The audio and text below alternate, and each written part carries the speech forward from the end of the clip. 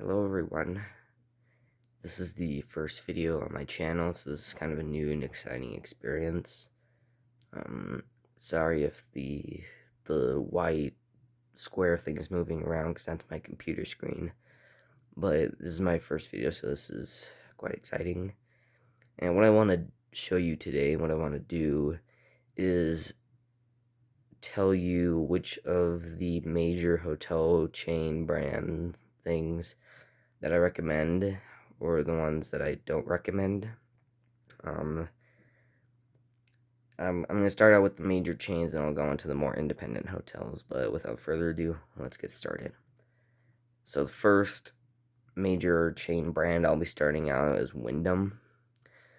Some people could argue that some of these would be put in different spots, but based on my experiences, I think mine are valid.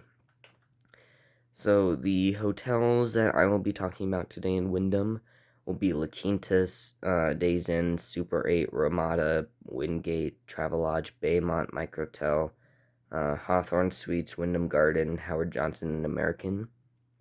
Out of those that I recommend would be La Quinta, Wingate, Microtel, not Howard Johnson, Wyndham Garden, and American. And the two primary ones I'll be focusing on here will be La Quinta and Wingate. So for La Quintas, if you're going to look for a good La Quinta, you want to choose a La Quinta that looks something like this. If it doesn't look like that, so has the La Quinta name, it's probably not going to be the best experience. So if you're going to search for La Quinta, look for that, because these types of La Quintas have never let me down before.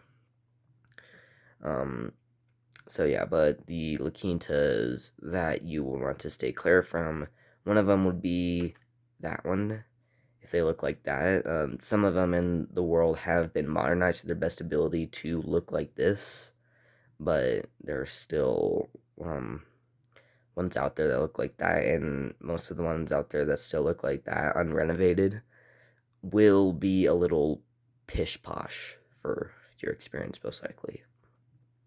And then the ones that you downright want to avoid at all cost would be these guys. So this picture doesn't show it fully, but this is a like 70s, 80s exterior corridor La Quinta. These are the first La Quintas ever built.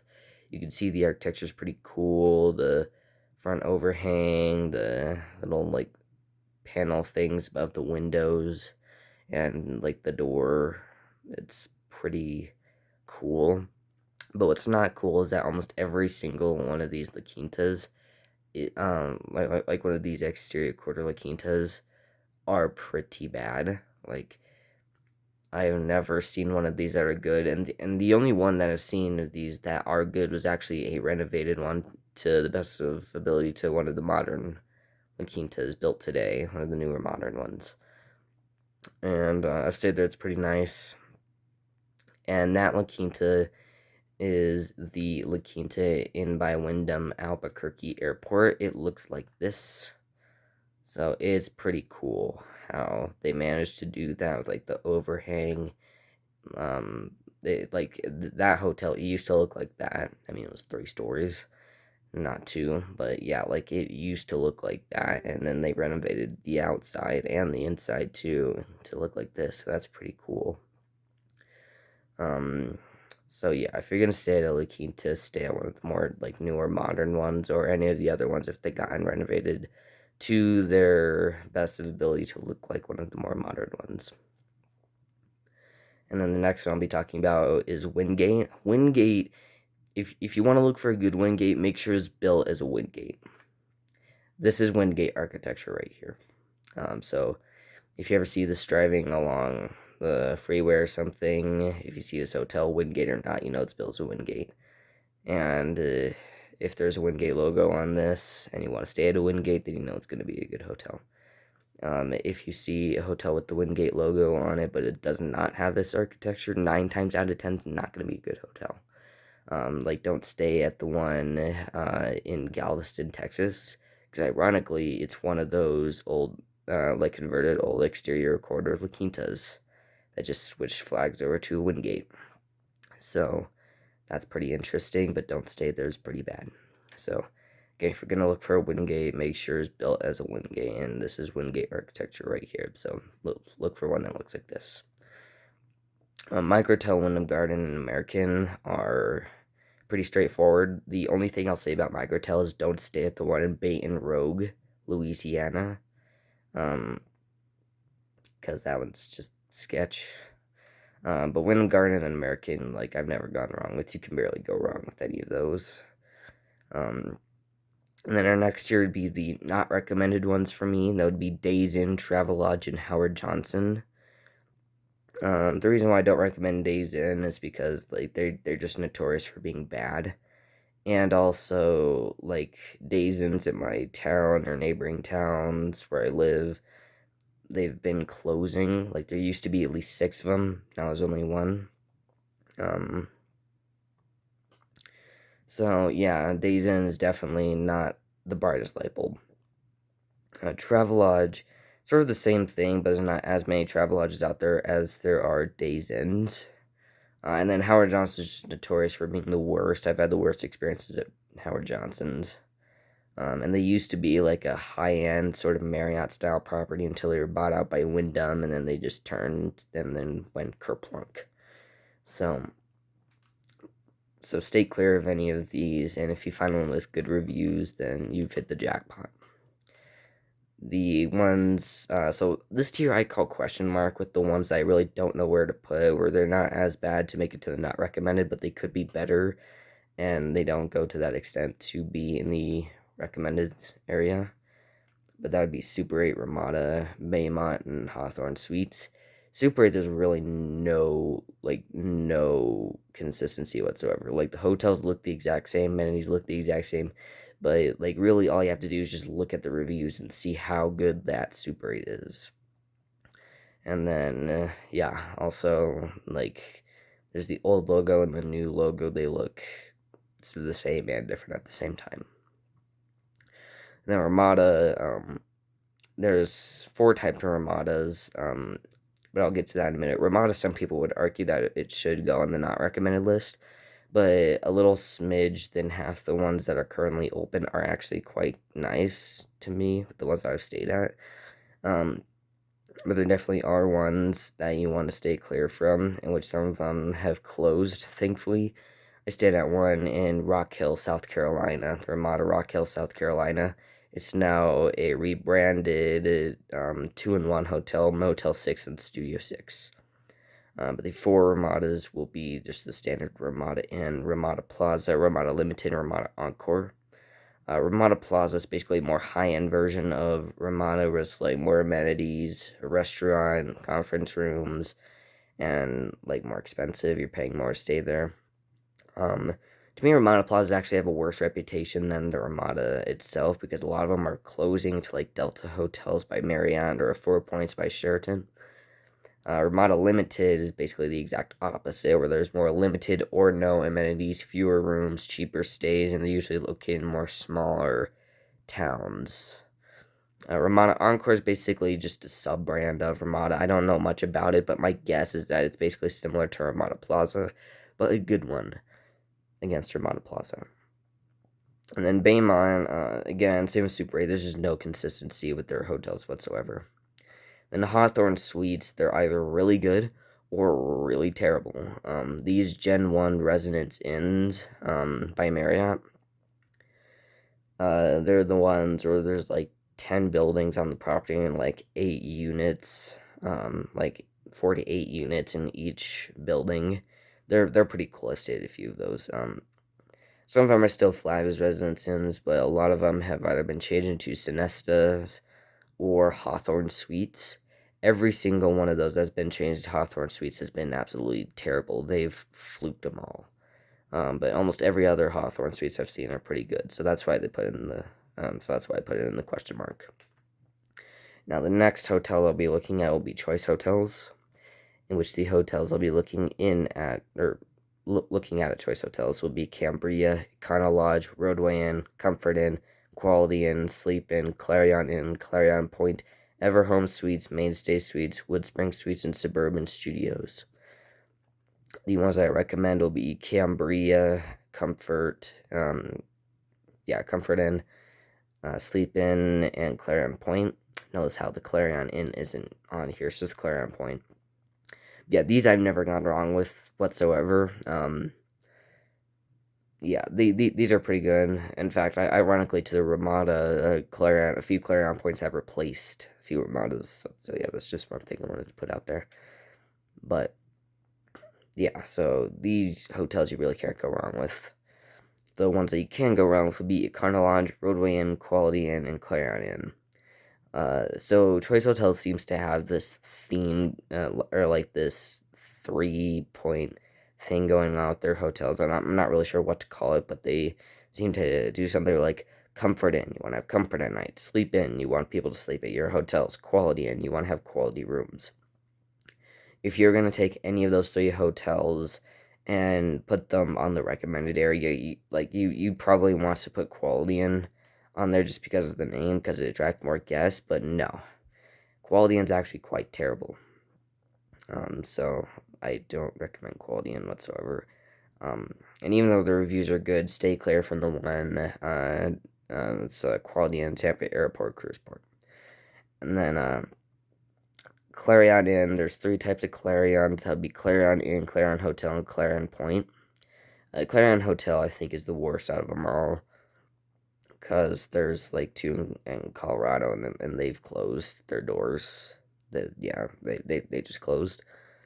Clarion Inn, I think if I put two and two together, I think I'd rather stay at Clarion Inn, but I'd rather run from Clarion Inn than stay there, because they're just not great quality. And then Clarion Point seems to just like be a million times better. Like, it's just so better, like so much better. And the Colorado Roadway Inn, if you look up, I believe, it's been a while since I've done this, but if you look up what is the worst chain hotel in America, the first thing that pops up will probably be Econo Lodge. It did when the last time I did it. I do not believe that. I think Roadway Inn would be one of the worst. So, yeah, so just stay clear of Econo Lodges and Roadway Inns. If you find a good one, you've hit the jackpot. And you should see how good it is, because yeah, because 9 times out of 10, Econo Lodges and Roadway Inns are not that good. Now, the question mark ones to me will be the 4 extended stay ones: Everhome Suites, Mainstay Suites, Woodspring Suites, and Suburban Studios. Everhome Suites it's a newer chain, so I don't really know much about it. I don't really know where to put it, so I just put it at the question mark. Mainstay Suites and Woodspring Suites are almost the same brand. There are a few good ones, there are a few bad ones. It just depends on the area. Well, if you put two and two together, you could make the case that Mainstay Suites would be a bit better, I believe. And Suburban Studios, it's a more budget-minded hotel brand by Choice Hotels, and so like you're paying less for an extended stay hotel. That kind of says a lot. And also, like, if it's a budget one, then more often than not there will be at least 1 or 2 people living there long term.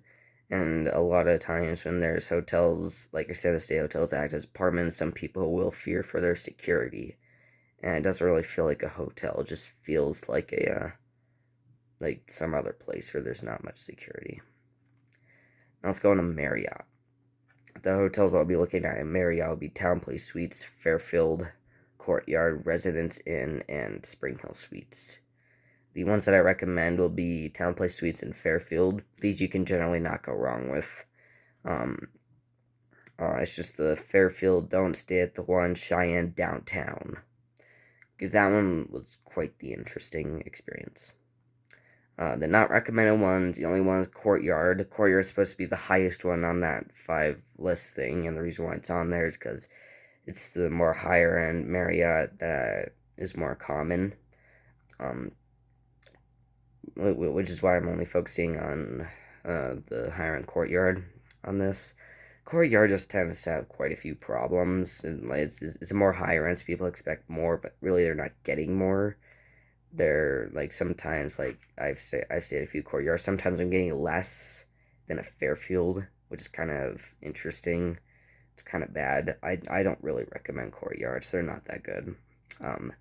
Like I've stayed at some pretty shocking courtyards, and it's yeah. Um, I don't like courtyard. Stay clear of courtyard. Um, then the question mark ones will be residence in Spring Hill Suites. If you put two and two together, you could probably make the case that Spring Hill Suites is a little better. But they're still pretty, like, you usually can't go wrong with these, but some locations are, again, a little pish posh. So, yeah. And then Hilton. There's Hilton Garden Inn, Hampton Inn, Doubletree, Embassy Suites, True, Spark, Homewood Suites, and Home 2 Suites. The ones that I recommend will be Hampton Inn, True, Homewood Suites, and Home 2 Suites. Um, Hampton Inn, you really can't go wrong with. I've never stayed at any Hampton Inn that was bad. Like, yeah, it's just yeah, Hampton Inns are pretty good. And I think True is more like the modernized, newer version of Hampton Inn to me, because yeah, Homewood Suites to me is basically the extended stay version of Hampton Inn, and then Home 2 Suites is basically the extended stay version of True to me. So yeah, you really can't go wrong with any of these. And I do not recommend one to be Hilton Garden and Spark. Some people are shocked that I put Spark on there, but I mean, yeah. Hilton Garden is kind of the same deal with Marriott. It's just they want more, they expect more, they don't really get more. Sometimes they get less, and yeah. And then Spark, like I don't think Hilton really designed any architecture for Spark. They just designed a like colorful paint pattern, but like really what they're doing is they're taking over other hotels like Baymont, by Wyndham, Comfort Inn, by Choice Hotels, sometimes even a Motel 6, like one of the more like higher end Motel 6s, if that makes any sense, the ones with interior corridors. um, but yeah, so, and to me Spark it's a premium economy, I believe, but a lot of people are like, look at the amenities before booking so you're not disappointed. So yeah. um and don't stay at the one in Dumas, Texas, because that one was interesting. The question mark ones will be the two more higher end ones on this. That's Doubletree and Embassy Suites. um I thought that these were going to be worse in Hill and Garden Inn, but somehow they're not. Like, they're actually pretty straightforward. Um, but some of them are a little weird. I believe Doubletrees are more common, but if you put two and two together, you can make the case that Embassy Suites is a bit better. Because I've stayed at better Embassy Suites than Doubletrees. And then IHG stands for Intercontinental Hotel Group. They house Holiday Inn Express, Holiday Inn, Candlewood Suites, Staybridge Suites, Atwell Suites, Avid Hotels, Garner Hotels, Even Hotels, and Crown Plaza. The ones that I recommend will be Candlewood Suites, Staybridge Suites, Atwell Suites, Avid Hotels, and Even Hotels. These you just generally can't go wrong with. Like, yeah, these things are pretty good. Like, the extended stay ones out of IHG are pretty nice. The not recommended ones will be the one high end, like more high end one of these that's a bit lower to me than Crown Plaza will be Holiday Inn. But not Holiday Inn Express, just the normal Holiday Inn. These are actually pretty bad. Like, if you put Courtyard, Hilton Garden Inn together, Holiday Inn will still be worse. I've heard a lot of people say that. So, I mean, I generally do not recommend Holiday Inn because they're just not as good. And then that is what circular Holiday Inns look like. I love that architecture, although sometimes even these Holiday Inns can let you down. And then the question mark ones would be Holiday Inn Express, Garner Hotels, and Crown Plaza. Holiday Inn Express, a lot of people say it's good, but I've seen some pretty bad Holiday Inn Expresses. Like, a lot of the ones in St. Louis, Missouri are pretty bad. Garner Hotel is a pretty new brand, I believe, so I don't really know where to put it. And then Crown Plaza, it's just a little better than Holiday Inn, but it still doesn't quite make the cut for being in the recommended area. So, yeah, although Crown Plaza is usually pretty good. And then some other miscellaneous hotels that aren't really owned by anybody, but it's still worth putting them out there. And so the ones that I recommend will be Studio 6, My Place Hotels, and Algerians. Um, because like, and notice how there's no Motel 6 on here. Because Motel 6 is pretty common. It's on the not recommended tier for me because Motel 6 is not good. They're not that good. But Studio 6 is, they're not as common, but usually the ones that I've seen and stayed at are pretty good. My Place Hotels, those are always pretty good. I like those a lot, and every single jury in has not let me down at all. So I like Jurian. Ones that I don't recommend will be Sure Stay Hotel, Sure Stay Plus. Those are owned by Best Western. They're just not good. Motel 6, America's Best Value Inn by Sonesta. Red Lion Hotels, Hometown Studios by Red Roof. In Town Suites, Hyatt Place.